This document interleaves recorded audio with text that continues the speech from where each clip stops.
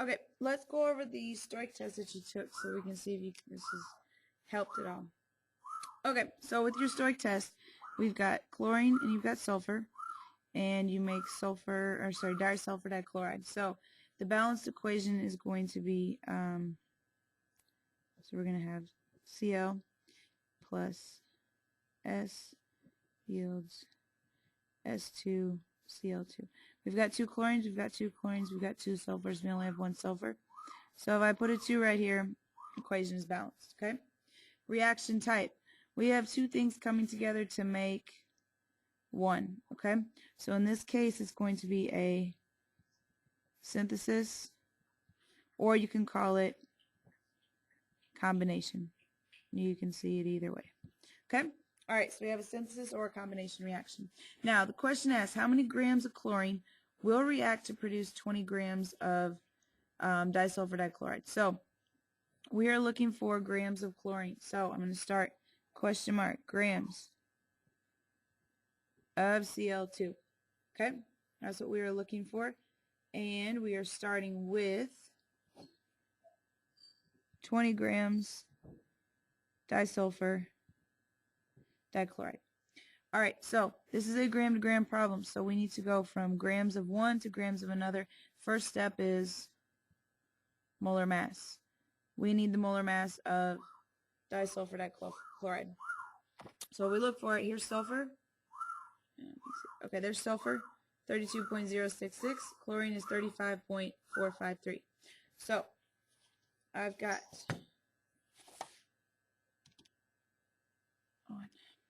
32.066 times 2 plus 35.45 times, wait, is it 35.453?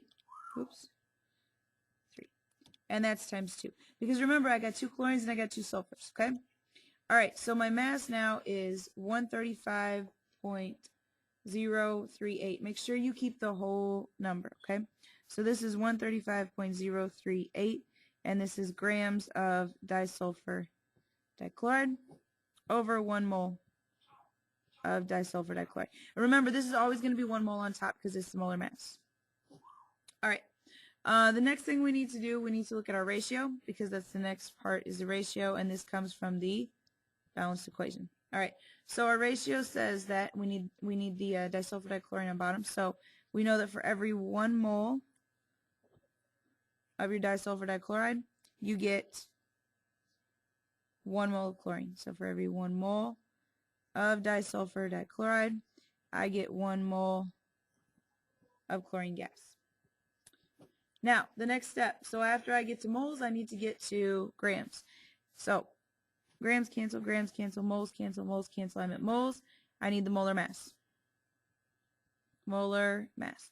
So for every 1 mole of Cl2, okay, so if we look over here at chlorine, 35.453, and I have 2 of them, so I need to say 2 times 35.453, and that equals 70.906 grams of Cl2. Last step, the only thing you have to do now is multiply everything across the top, divide by everything on the bottom. So we're going to say, I don't know if you can see all that there. Move this up so you can see it. Okay. 20 times 1 times 1 times 70.906. Okay, so we get that number there, and we're going to divide it by open parentheses everything on bottom. So we have 135.038 times 1 times 1. So close parentheses. And we get 10.5. Now, this right here is 3 significant figures, so my answer has to be in 3 significant figures, so I can say 10.5. So the answer here would be 10.5. Moles cancel there, so my units are grams of Cl2.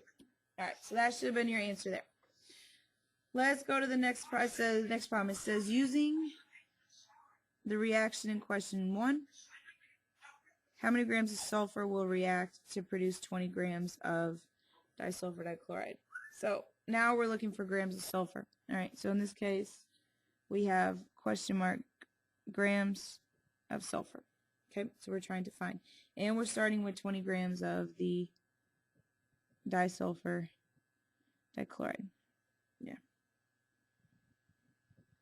All right, so we already found our molar mass there, so we're going to use the exact same values that we used the last time, because again, we need the molar mass so we can go from grams to moles. Now this is for every 1 mole of S2CO2. All right, so that's your molar mass right there. Next step, same as the last one, is the ratio. So now we look up at our balanced equation, and we know for every 1 mole of the disulfur dichloride, we get 2 moles of sulfur. So 2 moles, sorry, this is a 1. So for every 1 mole of the disulfur dichloride, we get 2 moles of sulfur, which we see here. Oh, sorry, you can't see the balanced equation. Okay, so for every 1 mole, we get 2 moles, which is our ratio here. All right, so after the ratio, the next step is, since we're looking for grams of sulfur, we have to use the molar mass, okay? And so this is going to be the molar mass of sulfur. So I know for every 1 mole of sulfur, I get 32.066 grams. So this is going to be 32.066 grams of sulfur. All right, and so the next step is just to multiply everything on top, divide by everything on bottom. All right, so open parentheses, 20 times 1 times 2 times 32.066, close parentheses, divided by everything on bottom, open parentheses, 135.038 times 1 times 1, close parentheses, and we get, now we can only have 3 significant figures, because remember this 0, because there's a decimal and there's a 2 somewhere in front here, that has to count as well, okay? So answer is 9 this, because there's an 8 behind it, this is going to go to a 0, and this is also going to round up, so this has to be 9.50 grams of sulfur. Okay. All right, that was number 2. Let's look at number 3. Okay, so it says, hopefully you can read that. What is the percent yield of magnesium chloride if 10 gram sample of magnesium reacts with excess hydrochloric acid to produce 29.8 grams of MgCl2 and hydrogen? All right, so they're telling you first thing you have to do is write the balanced equation. So it says you have a sample of magnesium,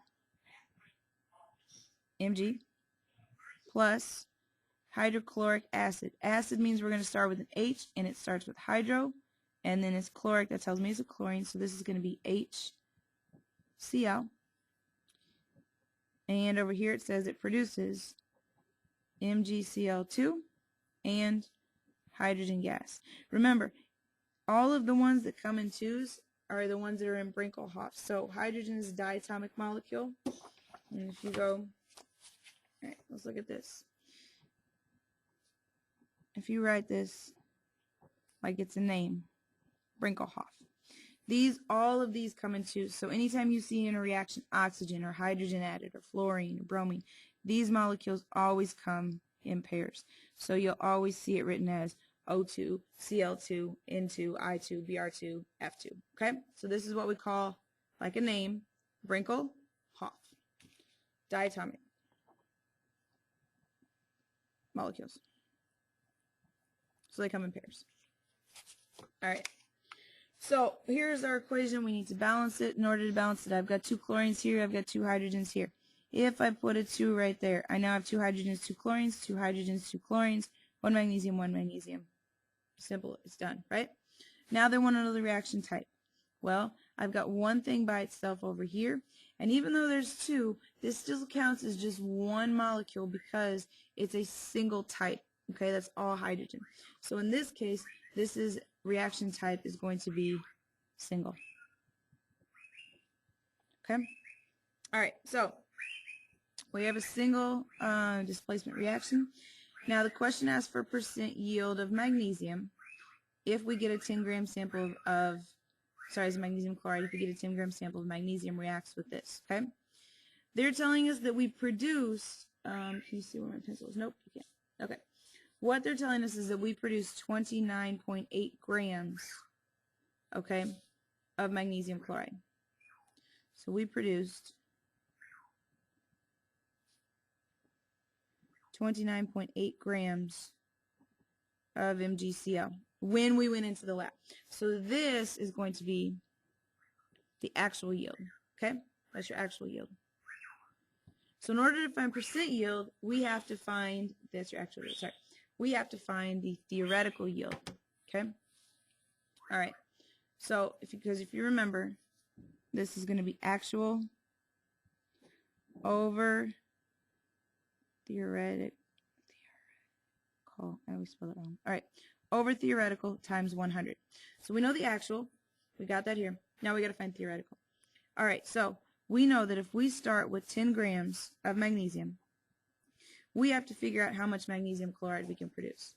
So with 10 grams of magnesium, we got to go from grams to moles. We need the molar mass. So if I look on my periodic table, this is 24.305 grams of Mg for every 1 mole of Mg. Next step, I need to go to the ratio. So I want molar mass. Next step is ratio. I got to look at my balanced equation. Well, my balanced equation says that for every 1 mole of magnesium, so there's a 1 here, right? For every 1 mole of Mg, I get 1 mole of MgCl. All right, grams cancel, moles cancel, moles cancel. The next step is my molar mass, right? Because now I'm at moles, but I got to get to grams of magnesium chloride. So in order to get to grams of magnesium chloride, I have for every 1 mole of MgCl2, I get, I got to look at my masses here. So this is going to be, where's magnesium? 24.305 plus my 2 chlorines, which is 35.453. All right. So 24.305 plus 2 times 35.453. I get 95.211 grams per mole of magnesium chloride. So this is 95.211 grams of MgCl2. All right, so now I'm just left with multiply across the top, divide by the bottom. All right, so here we go. Let me move this up. All right, so we have 10 times 1 times 1 times 95.211. It's everything on top. We're going to divide this by parentheses, everything on bottom, which is 24.305 times 1 times 1. You don't have to put those in there. We're going to get 39.17 grams, and this is of MgCl2. Now, the original problem asks, I know it seems like a really, really long problem, but the original problem asks us, what is our percent yield, okay? So, if we look at this problem, they gave us the actual yield, and they said the actual yield was 29.8. So, here we go with actual, and we need this over theoretical. We're going to multiply this by 100. So our actual yield that we got in the experiment was 29.8 grams of MgCl2. Theoretically, we just calculated that if we started with 10 grams, right, that we should have produced 39.17 grams of magnesium chloride. So 39.17, and this was grams of MgCl2. And then we just multiply this by 100. Oops, ran out of space a little bit there. All right, so here we go. I'm going to say 29.8 divided by 39.17. Now I have to multiply this by 100. Oops, I divided. Don't pay attention. Let me start over because I don't want to confuse. 29.8 divided by 39.17. And then I'm multiplying this by 100 because this is how you get a percent, right? And this tells me that I'm going to get 76%. Okay? So your answer here should have been 76%. All right. 2 more problems. Woo!